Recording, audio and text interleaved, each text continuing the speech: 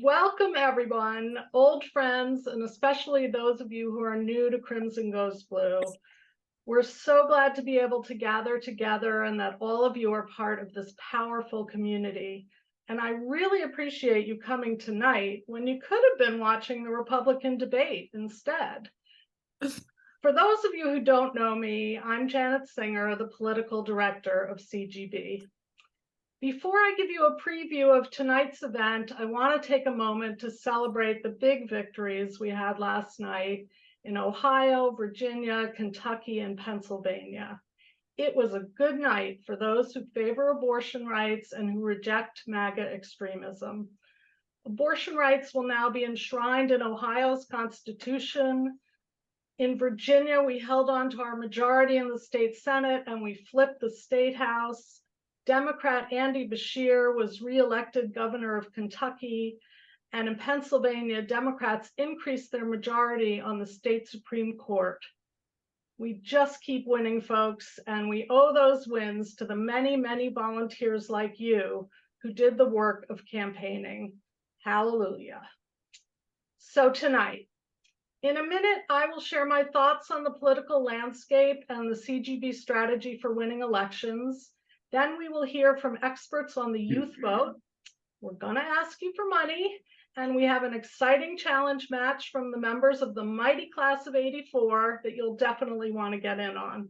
And Zeb will be coming back with more music, and we will have comedy from Andy Borowitz to close the night with laughter and more uplift.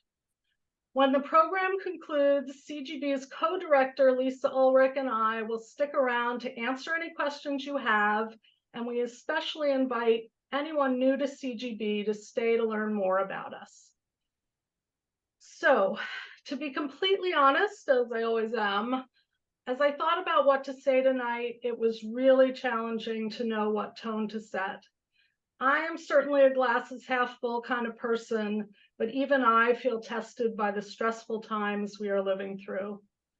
The war in the Middle East has revealed painful divisions among democracy-loving friends, and I want to acknowledge that so much stress can sap our energy, make it hard to do the work we need to do. But the work we do here at Crimson Goes Blue matters more today than ever. No matter whether you agree or disagree with the way the Biden administration is handling the situation in the Middle East, I hope we can all be glad to have someone with decades of foreign policy experience at the helm, a skilled and dedicated public servant to work behind the scenes and on the world stage. Imagine if we hadn't won the 2020 election. As we look at the election ahead, I believe it is not an exaggeration to say that authoritarian forces have the potential to destroy our democracy, and that our democracy being in peril threatens democracy around the world. The majority of Americans favor the views of the Democrats: freedom to make decisions about our bodies, freedom to love who you love, freedom to read books even if they may challenge our views, the desire to be safe in our streets with fewer guns. I believe we are at a tipping point where the Republican Party, now completely dominated by MAGA, without room for moderates, is either about to completely implode, fractured and in a heap, or about to consolidate its power in the only way it can, by preventing people from voting, suspending the Constitution, and lying to the American people. It matters who we elect. The choice is so clear to all of us in the pro-democracy movement, and yet it is not yet clear to American voters. I hope I can inspire you all to join us in the work to elect sane, moral, patriotic lovers of democracy. So let's get to it. At Crimson Goes Blue, we are committed to giving you the guidance, the tools to win, and a wonderful community in which to do the work. Democrats have been kicking it in special elections this year. And you know what's true about special elections? Unlike polls, special elections a year out have a good long-term correlation with November election outcomes. They give us the most reliable data about how people are actually voting, And in the 33 special elections held across the nation this year, Democrats have outperformed Biden's winning 2020 numbers in the districts by an average of 6 points. What is really going on in our political landscape at home? Our country is divided, and this will again be a tight election played out in a few critical states. The presidential battleground is familiar: Arizona, Georgia, Michigan, Nevada, Pennsylvania, Wisconsin. Biden won all of these states last time, but by margins that are certainly too close for comfort. Control of the Senate will be fought in most of those same states, plus Ohio and Montana, and will be very challenging, but also very possible for us to win. I feel much more confident that we can flip the House back to Democratic control. Our task is to win back 5 seats. Across the country, there are 18 seats where Republicans are serving in districts that Biden won. And those representatives are all more vulnerable now that they voted to elect white Christian nationalist MAGA Mike Johnson as their speaker. 11 of the most competitive states are concentrated in California and New York. Those are new states for us where we are going to be focused, in addition to the presidential battlegrounds. I hope all of you will visit our website and check out our new page called 2024 Competitive Races. There you can find not only all the races that will count, but also an explanation of how we selected them. We have teams in the battleground states, as well as a team leading our voter protection efforts, phone banking, and fundraising. You can find out when the teams meet in our calendar and in our newsletter. We know that you have limited time, so we can help you make the best use of it with volunteer events that are effective and fun. Plus, you can use us as your financial advisor for your political donations. When you donate through our Crimson Goes Blue portfolio, your funds will go to the candidates and grassroots groups where you'll have the most impact. We're constantly researching and updating the recipients to match the priorities at each phase of the election cycle. We are 1 year out.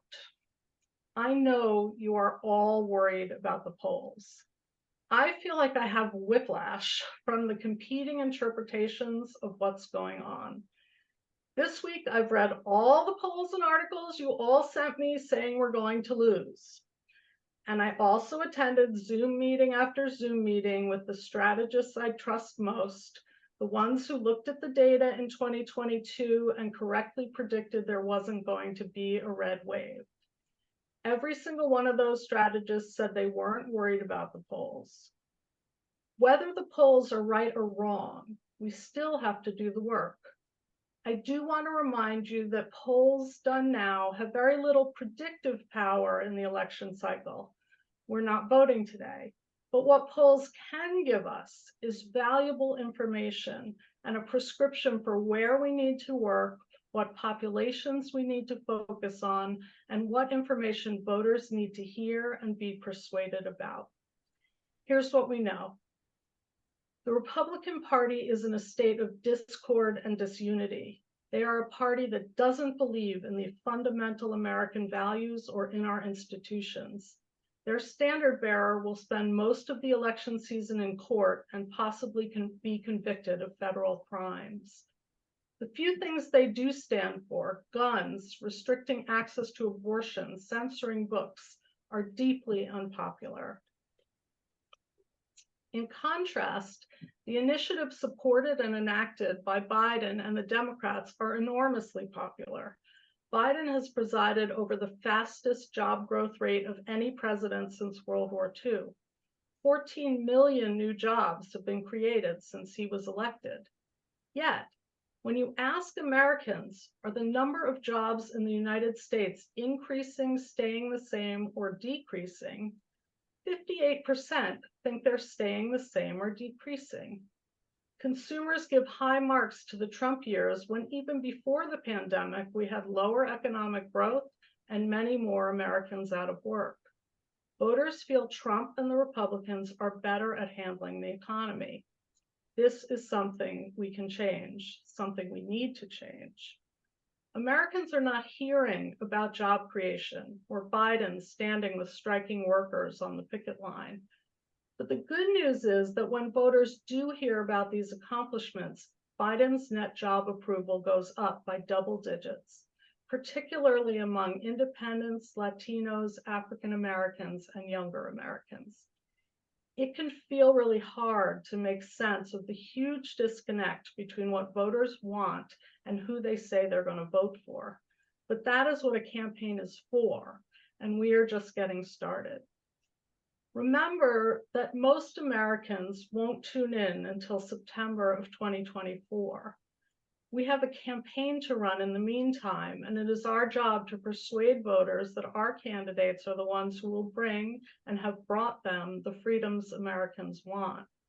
The freedom to vote, the freedom to decide whether and when to have families, the freedom for our kids to grow up healthy and safe. We need to be speaking to the voters who believe Biden hasn't been fighting for them. We need to talk all year about what Biden and Democrats have done and the issues that matter to most Americans. Because of the general dissatisfaction with the political environment, Biden is likely to have high unfavorable ratings. But we can help voters see Biden as the candidate who will advance their interests on issues that matter deeply to them. How do we do that? Everyone in this room has the power to inspire others to vote for Democrats. Every conversation is an opportunity. But to be persuasive, we need to frame discussions in a way that helps us connect with others, asking questions and speaking from the heart. While we need to have facts at our fingertips, we need to realize that the way to reach voters is through listening and storytelling. Becoming a successful communicator takes practice. I want to ask all of you, as your first act for the 2024 election, check out our newest resource at our website called How to Inspire Voters. There you will find tips and videos about communicating in a way that has been proven to persuade. We have to actually present something that people desire, and then we have to draw the contrast between what the Democrats stand for and are going to deliver and what the opposition is doing and why. And I want you to make me a promise tonight that the phrases, "but he's so old," and "what about Kamala," will not pass your lips again.